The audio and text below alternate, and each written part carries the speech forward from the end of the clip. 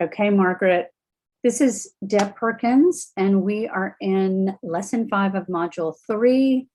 We're talking today with Margaret Bay from Dorsey and Whitney, a partner at Dorsey and Whitney, about the important elements of an advisory board agreement and some of the types there are and what the important things are to know about those advisory board agreements and how to avoid any pitfalls. So thank you so much for talking to me today, Margaret. Thanks for having me. It's great to be here. Yeah, we have previously known each other from me participating on a board that you were managing. I don't know. We were the outside counsel for the company. So yeah, you were a board director, and that's how we originally met. Yes. So anyway, I'm so thrilled that you can break it down for us today. I am used to one type of advisory board agreement where basically you offer options to an advisor in return for their advice in certain areas. And those options are awarded when there is a financial round of financing. It's not the best way to say that, but you can do better. And I have recently been told about a second type of advisory board agreement that is a restricted stock agreement. So maybe we could start out big picture talking about what type of agreement you use the most. Yeah, I think most advisory board agreements are structured as independent contractor agreements. And, here I want to kind of lay out the difference because some people might be confused as to the difference between advisory boards and board of directors. And, board of directors are, they tend to be more formal, whereas the advisory board is more informal. There you have unpaid positions other than for the stock options, really given to the advisory board members in exchange for their expertise or guidance in a specific area that they're renowned in. And so because these are less formal, they're not structured as employment agreements, but the vast majority, as I said, are structured as independent contractor agreements or even slightly shortened versions of independent contractor agreements because you want to make it look less menacing to the advisory board member. You typically don't give an advisor an employment agreement because those incorporate a lot more obligations on the part of both the employer and the employee. And most advisory positions need flexibility because the company is in startup mode.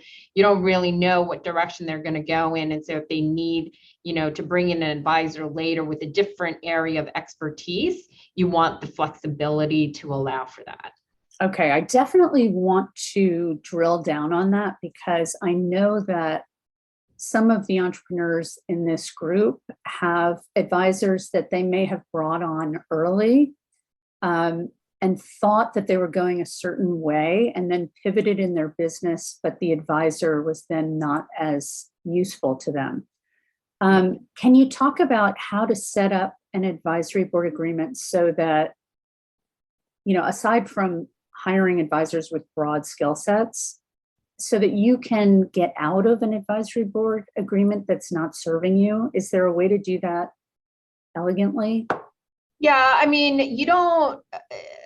most advisor agreements can be terminated at any time for any reason. It's kind of similar to what you would call an at-will employment agreement for employees, right? This is just like an independent contractor agreement. You can just give notice and either party should be able to get out of it when they need to. And typically, if there is a time period that is specified for the advisor agreement, it tends to be much shorter. So, maybe a year, sometimes a little longer at 2 years, but you don't really see anything extending out beyond the 2-year period.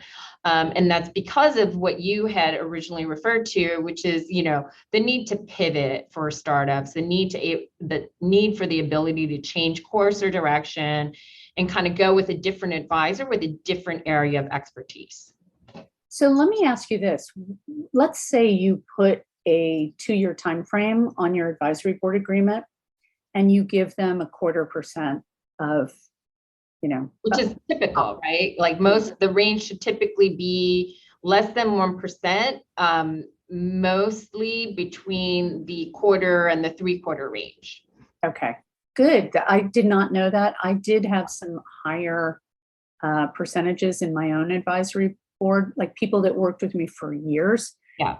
But I had no date on my contracts. And if I had structured it with a 2-year clause, let's say, what would happen at the end of 2 years if I didn't want them to continue? They would have already vested for that amount. Yeah. Of So ownership, right? typically vesting is a different question, but you often see it linked. So vesting for advisors tends to be much faster than a typical employee vesting schedule. So most employees, when they're hired, even early employees, will be on a 4-year schedule. So whether it's, cliff vesting after 1 year for 25% and the rest pro rata for the remaining 36 months. However they do it, it's over a 4-year period, whereas with advisors, it tends to be a much shorter period of time. And that's because of what we had discussed earlier, which is that the advisors don't necessarily serve for a very long time. So the shares need to vest faster than the employees' vesting schedules. So I guess the way you could think about it is you could start out small with these, 25 basis point options, and then add them if you want them to remain on your board, right? That's right. Okay. Is there any way to get out of that once they've vested? Once they vested, no. If you mean for the unvested shares, it only makes sense that you can take those back if you terminate the agreement with the advisor. But if the advisor's shares have already vested, you want them to hold on to it, right? Because otherwise it makes very little sense for an advisor to agree to advise you if the company at the end of that can just take that back and they lose all of the upside that comes with that. Right. Absolutely. That's a great point. So you would suggest vesting takes place in 1 to 2 years. Can you give it, just for early stage entrepreneurs, a quick definition of what vesting is? So vesting just means the ability for the advisor to keep those shares free and clear once the agreement with the company is terminated. So if you have, let's just for ease of numbers sake, say the advisor is given, 1% that vests over a 2-year period, then whether you do it on a monthly basis or an annual basis, if it was annual, you would expect to see 0.5% vest at the end of every year. Or if it was on a monthly basis, you would expect to see 1/12 of 0.5% vest over every month. Fantastic. Okay, thank you. What do you think about laying out the responsibilities of an advisor in detail? I never did that. I know some people do. What do you find is the most common, and what do you advise? So I think the most common is that they tend to be fairly loose. Companies just don't, especially startups, just don't know what they're going to need down the road, 6 months down the road, a year down the road. But the more specific you can be, obviously, the better. it's not always possible. So I would say at the very least, what you should do is set out your expectations with respect to how much time you expect the advisor to devote to the company, such as, a certain number of hours per month or, number of hours, per week. Yeah, that's a great suggestion. I mean, I did not do that either, I don't think, but I also knew that certain advisors were not going to be like a weekly person for me, but if I needed a special type of advice, they would be there. So, but having some guidelines, I think, is probably great. Yeah, and I think, because then both parties can set expectations. Usually what ends up happening is, the advisor does very little and the company is disappointed. And especially if you've given them a fairly significant, percentage of the equity, then what happens is the management or the employees who are working much harder for the company will come in and demand even more than what the advisor is getting. And that can really add up and lead to significant dilution for the founder, which is a problem. Right. So you said to me at one point that you see founders giving away, they tend to err on giving away too much. That's right. Can you tell me a little bit more about that? Yeah, typically, again, the range is between 1/4 and 3/4% that the advisor should get. Anything more is going to lead to conflict between the management. And so, oftentimes what companies will do, because they really want, a specific advisor that has a very set knowledge base and expertise, and, because their name adds credibility to the startup, which is a young company, or because it lends them validity, they will offer, something a lot, like 5%, which is, I did do something like that. Not quite that much, but yes. I mean, that's what I would, expect of much more value additive positions. Okay, so. Great. So err on the small side in the beginning, and you can always re-engage them. That's right. And more, right? That's right. Okay. So do you advise that there's a non-compete contract clause in the contract? No, not really. That doesn't really make sense in this context because the advisor is usually an unpaid role, and most advisors are prominent in their field and working with a number of different companies, right? So what happens is if a company asks the advisor for a non-compete, most advisors will walk away. They have other options. And that did happen to me.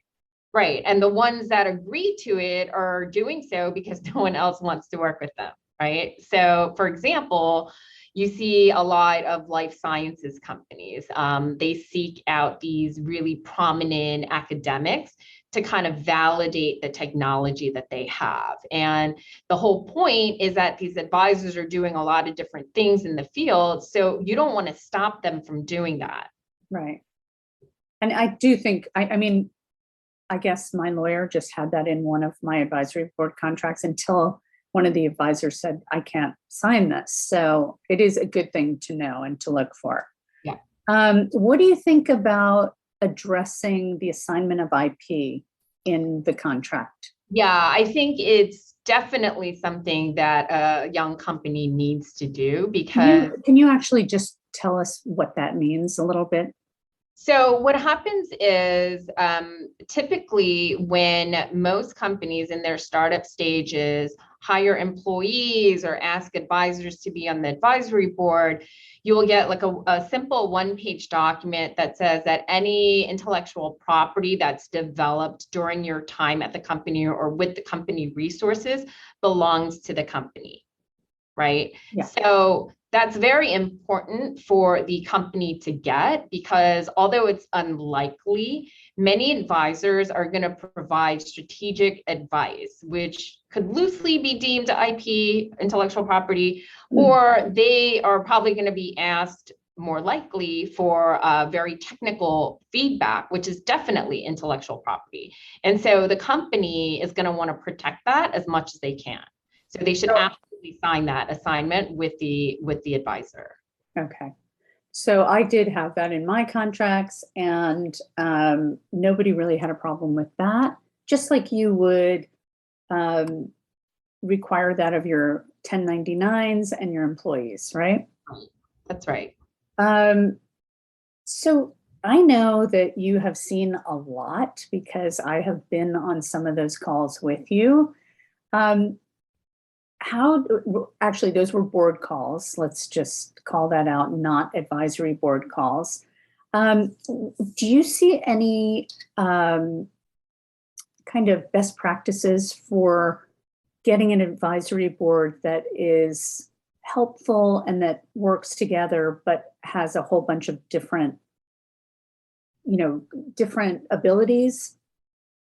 Yeah, I think that what you really want to do as the CEO or the founder of a company is make sure that the advisors are going to prove their value. And what I mean by that is, because of the fact that the company is in startup mode, because of the fact that it needs a lot of introductions and networking, that's what really that you're relying on your advisors to provide, as well as, technical advice. So to the extent that you're building the company to the point where you're going to be taking it, public or for other alternative exits, you want to make sure that you're best positioned to take advantage of the resource that you have. Right at the early stages of a company, the resources that you have are really your board members, your advisory board members, anyone that's going to help the company. And I think the mistake that a lot of founders make is,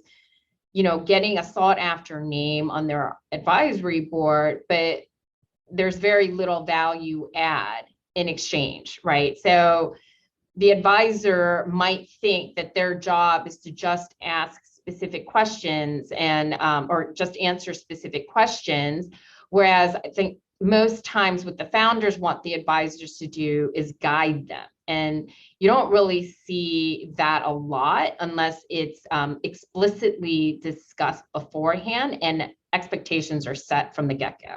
Yeah. I mean, I do think that as a founder, you kind of hope that the person's going to introduce you to, investors, key people in the industry, et cetera. But I'm not sure I ever actually said that out loud, but that is probably something that people want to do. Yeah. Is set that expectation so that they're not disappointed. Yeah, and I think, that's really more so in the board context, the board directors context. For the advisor, you really are looking for specific technical skill set. But, there are some whose technical expertise is really networking, and, that's a different That's huge. So it is huge. And that's what you want. You want to be able to take the company to the next level as a founder. And the only people that are really going to be able to help you are the people that you get on your advisory board and on your board of directors. Great. Okay, let's do one other quick, let's talk about one other quick thing.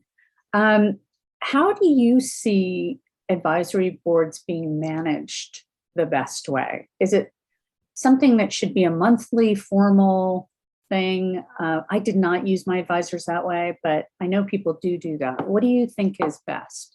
Yeah, I haven't really seen anything formal. The whole advisor relationship is so informal that usually there aren't a lot of parameters around, meetings of the advisory board or things like that. You basically want someone as a founder that you can pick up the phone and call and get advice from off the cuff. The more formal structure you see more with the board of directors. Okay. And do you come across with startups, many people who are paying their advisors? Other than through the equity, no, not at all. Okay. I've heard people do that. I've never seen it unless it's an established company. Yeah. Yeah. And probably if you're established, you already have a board of directors. So you probably won't need the advisory board as much. the advisory board, I really think of as early venture companies. Yeah, great. All right, well, we've talked about a number of great things, and you've had great perspective on a lot of things. Is there anything I should have asked you that I didn't ask that you think is important for entrepreneurs to know?